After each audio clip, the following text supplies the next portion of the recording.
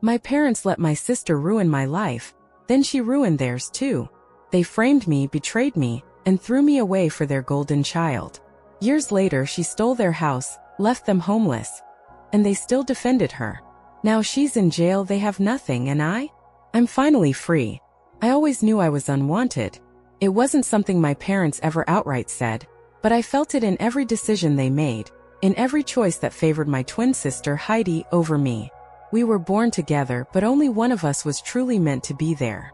And that one wasn't me. My parents had planned for 3 kids, Hunter, Harold, and a younger sister. But life had other ideas, and when the ultrasound showed 2 heartbeats instead of 1, they were forced to adjust.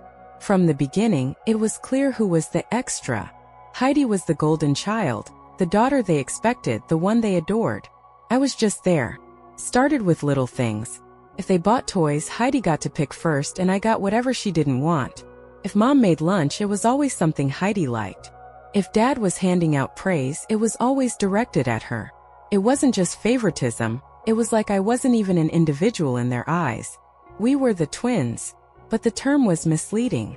In their minds, Heidi was the twin, and I was just the shadow she dragged along.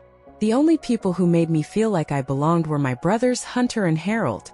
They were older, 5 and 3 years ahead of us, but they saw through the way I was treated and made sure I knew I wasn't alone. They'd sneak me treats when Mom only gave Heidi extra snacks. They'd invite me to play video games with them, even though Heidi was too busy basking in attention to care. They included me in a way my parents never did. But Heidi, she loved the favoritism. She soaked it up like a sponge, thriving under the constant validation. She never once stood up for me or pointed out the unfairness. If anything, she made sure she stayed on top, subtly making sure I stayed in my place. She didn't just accept being the favorite, she weaponized it. By the time we were in elementary school, the dynamic was set in stone. Heidi was the princess and I was the afterthought. If we ever fought, I was the one punished no matter who started it. If I got a good grade, it was brushed off, but if Heidi did well, it was a celebration. If I cried, I was being dramatic. If Heidi cried, the whole house stopped to comfort her. I learned early on that I wasn't going to get fairness from my parents, so I stopped expecting it. I withdrew, kept my head down, and found solace in my books and my brothers. They were the only ones who ever made me feel like I was worth something. But deep down, I still wanted my parents to love me. I still hoped in some tiny corner of my heart that one day they'd see me. Not just as the twin who wasn't Heidi, but as a person who deserved love just as much as she did. That hope, though, would eventually be crushed in a way I never saw coming. College was supposed to be my escape. After years of living in Heidi's shadow, I thought I could finally be my own person, but fate had other plans. We both applied to several schools, but the irony was that we got into the same university. The difference? I earned a scholarship while Heidi didn't. That didn't sit well with my parents. They had always seen Heidi as the superior twin, so the fact that I got financial aid while she had to rely on loans felt like an injustice to them. They never said it out loud, but their disappointment was obvious. I could see it in their eyes every time they looked at me. Once we got to campus, we barely spoke. I threw myself into studying, determined to prove that I belonged there, while Heidi wasted no time embracing the party scene. She was everywhere, clubs, bars, house parties. It was like she had been waiting her whole life to let loose. I didn't care what she did as long as she left me out of it, and for a while she did. But that changed one night when I got a frantic call from her. She was crying, panicked, begging me to come over. She wouldn't tell me what was wrong over the phone, just that she needed me. Despite everything, I still had a sliver of sisterly concern for her, so I went. When I got to her dorm, she looked terrified, barely able to speak. She told me she had messed up badly. She had been out drinking with friends, and they were all too wasted to drive. But since she was the least drunk, they made her take the wheel. She lost control and crashed into someone's house. The police had shown up, and now she was being called in for questioning the next day. If she got charged, she'd have a record. She'd lose everything. I was still trying to process all of this when she suggested something that made my stomach drop. She wanted me to take the blame. She swore it wouldn't be that bad, that I had a scholarship and wouldn't suffer as much as she would. She said our parents already knew and that they agreed this was the best way to fix things. I laughed at first, thinking she had lost her mind, but when I saw how serious she was, the weight of it hit me like a truck. I refused. No way was I going to destroy my future to cover for her reckless choices. I left, furious, and went straight back to my dorm, thinking that was the end of it. But the next morning, my world came crashing down. I was summoned by my department head. When I arrived, I saw 2 police officers waiting for me. My stomach twisted. They asked why I had been drinking and driving last night. I told them I hadn't, that they had the wrong person, but then they pulled out the ID that had been given to them at the scene. My ID. Heidi had stolen my wallet before I left her dorm and used it to give the cops my name. She had framed me. I don't even remember how I got through that meeting. I tried to explain, begged them to believe me, but it sounded too far-fetched. The university didn't wait for an investigation. They decided to expel me on behavioral grounds, not wanting a scandal. My scholarship was gone. My education was over. I called my parents, shaking with rage, hoping they would step in, that they would tell me this was all a mistake, but instead, they told me to let it go. They said I needed to understand that Heidi had a future at stake, that she couldn't afford to take the blame because she had loans to pay off while I had less to lose. They said I needed to be a good sister. That's when I realized there was nothing left for me with them. They didn't see me as their daughter. I was just a disposable placeholder in Heidi's life, useful only when she needed someone to clean up her mess. I hung up and called Hunter. He was furious. He swore he'd handle it, that he'd confront our parents, but it was too late. The decision had been made. Within a week, I was expelled, my future stolen by the very people who were supposed to protect me. That was the day I walked away from my family forever. I didn't go home after getting expelled. There was no point. My parents had made it clear where their loyalty lay, and it wasn't with me. Instead, I packed up what little I had and took the next bus to Hunter's place. When he opened the door, I barely made it 2 steps inside before breaking down. I had held it together through the expulsion, through the betrayal, through the endless arguments in my head where I tried to make sense of why my own family had done this to me. But standing in front of my brother, someone who actually cared, it all hit me at once. Hunter didn't ask questions. He just pulled me into a hug and told me I wasn't alone. That was the first time in my life I truly felt safe. I spent the next few months staying with him, trying to figure out what to do next. Harold was furious when he found out what had happened, but he wasn't surprised. They've always protected her, he said. They just took it further this time. He and Hunter made it clear I wasn't going back, not if they had anything to say about it. Mom and Dad tried to reach out a few times, not to apologize, of course, but to make sure I wasn't making things worse for Heidi. I never answered their calls. The moment they threw me away for her, they stopped being my family. Hunter and Harold kept their distance from them too. They weren't fully no contact, but they only spoke when absolutely necessary. In their words, Mom and Dad only ever wanted to be parents to Heidi, so we're letting them have what they always wanted. I picked up a job at a diner, working late nights and saving every penny I could. Hunter never asked me for rent, no matter how much I insisted. Save it for school, he told me. You're going back. And I did. The next academic year I reapplied, this time to a different college, one far away from the nightmare of my past. I took out loans, something I never should have had to do, but I had no other choice. This time though, I was in control. No more walking on eggshells, no more competing with a sister who had already won in my parents' eyes. I worked twice as hard as before, balancing school and work, determined to rebuild what they had stolen from me. And for the first time, I was doing it on my own terms. There was no Heidi here, no parents watching my every move, no one waiting for me to fail. Just me and the life I was fighting to create. Years passed. I graduated and landed a great job straight out of college, one that took me to the other side of the country. It was strange at first, being completely alone, but I preferred it that way. No past, no drama, just a fresh start. My parents tried reaching out every now and then, but I ignored them. I had nothing left to say to them. They made their choice years ago. Now I was making mine. 5 years passed without a word from my parents. 5 years of peace, of working hard, of finally living a life where I didn't have to look over my shoulder, waiting for another betrayal. Then at 5 in the morning on a Saturday, my doorbell rang.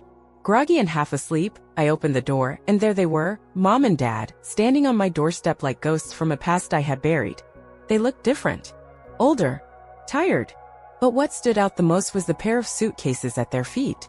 I didn't say a word. Just stared, waiting for them to speak first. Mom started crying immediately, her hands clutching at my arm like she was afraid I'd disappear. "We missed you so much," she sobbed. "We think about you every day." Dad, looking far less emotional, nodded stiffly and muttered something about how family should always come together. I ignored their theatrics. Who gave you my address? I asked, my voice cold. They hesitated, glancing at each other, and I knew they were about to lie. Hunter did, Dad finally said. I pulled out my phone and called Hunter on speaker. Did you give Mom and Dad my address? What? Hell no, Hunter shot back immediately. Why would I do that? I turned back to them. Try again. This time, they didn't even bother making excuses. They had been stalking my social media for months, piecing together clues about where I lived. That should have been my first warning sign, but I was still too tired to process just how bad this was about to get. I stepped aside, letting them in, but I didn't offer them a seat. What do you want? Mom wiped her tears, looking up at me like she expected me to suddenly soften and embrace them. We need a place to stay. I should have laughed, but I didn't. I just folded my arms. Why? That's when the truth came out. After I left, Heidi spiraled. She dropped out of her first college, then got expelled from the second. She got mixed up with the wrong people my parents never questioned because, as always, they believed Heidi could do no wrong. She convinced them to rent out part of the house to some friends of hers. Those friends turned out to be squatters. They trashed the place, hosted all-night parties, and filled the house with drugs. My parents finally decided they had enough and left for a while, thinking Heidi would clean up the mess. But while they were gone, Heidi did the unthinkable. She sold the house. Not rented it out. Not signed some shady lease agreement. She sold it, legally on paper, with forged documents and signatures. My parents came back one day to find new locks on the doors and the squatters now living in the entire house, treating it as their own. When my parents threatened to call the cops, they got another shock. Heidi wasn't answering their calls. She had vanished. I stood there, letting the weight of their stupidity sink in. Then I asked the only question that mattered. So why aren't you turning her in? Mom gasped, like the mere suggestion was blasphemy. She's our daughter. She's always been troubled, but we can't just throw her to the wolves. I couldn't believe what I was hearing. Even after she stole their home, even after she left them with nothing, they still refused to hold her accountable. They had come to me, the daughter they abandoned, expecting me to clean up the mess she made. I shook my head. You made your choice years ago. You chose her over me every single time. And now you're asking for my help. Dad's face hardened. We're still your parents. No, I said. You stopped being my parents the moment you let her ruin my life. And now she's ruined yours. That's not my problem. Mom tried to reach for my hand, but I stepped back. Please, just let us stay for a little while. We don't have anywhere else to go. I looked at the suitcases, at the pathetic way they stood there, waiting for me to show them the same blind loyalty they had given Heidi. But I felt nothing. No anger. No satisfaction. Just emptiness. You can leave now, I said, my voice calm but firm. Mom started crying again. Dad muttered something about me being heartless, but I didn't care. I held the door open and waited. When they realized I wasn't going to change my mind, they finally picked up their bags and walked out. I closed the door behind them, locked it, and stood in silence for a long time. They had thrown me away for Heidi. Now she had thrown them away too. I thought that was the end of it, but I should have known better. They didn't leave town. Instead, they showed up at Hunter's place next, spinning the same sob story about how they had nowhere else to go, how they had always loved us, how family should stand by each other. But this time they met their match. Hunter's girlfriend, CIA, wasn't one for emotional manipulation. She let them talk, let them whine, and then hit them with the only thing that mattered. You can stay here as long as you want, but only if you press charges against Heidi. Silence. Mom gasped like she'd been slapped. Dad's face twisted with anger. She's our daughter, he said through gritted teeth, as if that explained everything. CIA didn't flinch. Then figure it out. But you're not staying here unless you do the right thing. They started talking in circles, saying they couldn't just abandon Heidi, that she needed help. That family stood by each other no matter what. But none of it made sense because they had already abandoned 2 of their kids for her. They had thrown me away the second I was no longer convenient. And now, even when she had taken everything from them, they were still bending over backwards to protect her. CIA didn't have patience for their nonsense. So you'd rather be homeless than hold her accountable? Yes, Mom said without hesitation. Then congratulations, CIA said, standing up. You're homeless. Get out. They begged. They pleaded. They tried to guilt-trip Hunter, saying he was being cruel, saying he was letting his own parents suffer. But he didn't break. He had seen what they did to me, how they had let me take the fall for Heidi's mistakes without a second thought. He had spent years watching them prioritize her over everyone else. And now when it was finally time for them to face the consequences, they expected him to swoop in and save them. They left with nothing, just like when they had come to my doorstep. I don't know where they went after that. I didn't ask. I didn't care. They made their choice just like they always had. And this time they were the ones who had to live with it. I thought I was done with them, but the universe had one last twist to throw my way. A few weeks after I kicked them out, Hunter called me with an update. It turned out our parents weren't the only ones who had had enough of Heidi and her friends. The homeowners association, neighbors, and local authorities were already after them for noise complaints, illegal parties, and the drugs flooding the house. The entire neighborhood wanted them gone. The pressure was too much, and eventually, our parents had no choice but to press charges against Heidi and her accomplices.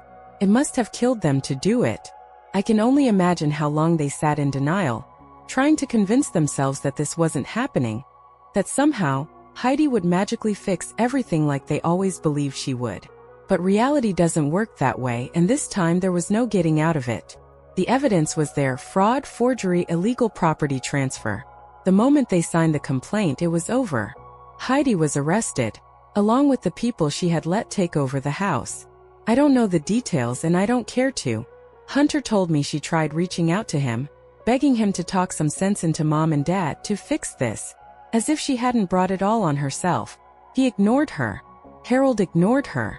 I didn't even acknowledge that she had tried. The last thing I heard was that our parents were staying at some distant relative's house, barely getting by. They don't talk to Hunter or Harold anymore, not after realizing that neither of them would bail them out. They're alone now, exactly the way they made me feel for most of my life. And me? I moved on. I don't think about them. I don't wonder if they regret anything. I don't care where they are or what they're doing. The weight of them, of Heidi, of all the years of being unwanted and discarded, it's gone. For the first time in my life, I am completely free. And I have no regrets.